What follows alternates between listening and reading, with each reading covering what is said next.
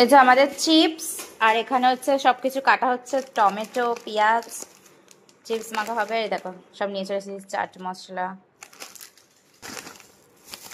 Chips, এই একটা chips, এই একটা চিপস, একটা চানাচুর, দুটো কুরকুরে, আর কিছু নাই, দুটো সস এনেছি। এটা আবার পাস্তা খাবো, এটার মধ্যে দিয়ে দিবি?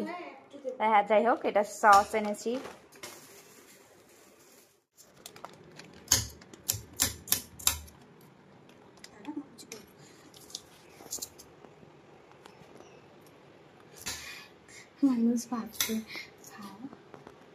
টমেটো, পেঁয়াজ আর লঙ্কা।